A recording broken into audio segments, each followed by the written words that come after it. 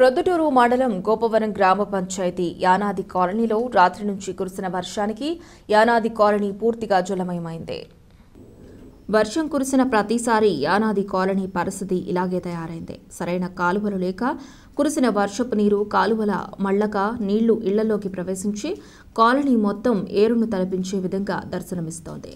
ఎన్నిసార్లు అధికారులకు ఫిర్యాదు చేసినా పట్టించుకునే పరిస్థితి లేదని రాజకీయ నాయకులు కూడా ఈ పరిస్థితిని పట్టించుకోకపోగా ఎంఆర్ఓ గాని ఎంపీడీఓ గాని పంచాయతీ సెక్రటరీ గాని పట్టించుకునే నాదుడు కరువయ్యారని యానాది కాలనీ ప్రజలు దీనస్థితిని ఇప్పటికైనా అధికారులు నాయకులు గమనించి తక్షణమే తగు చర్యలు తీసుకోవాలని వేడుకుంటున్నారు.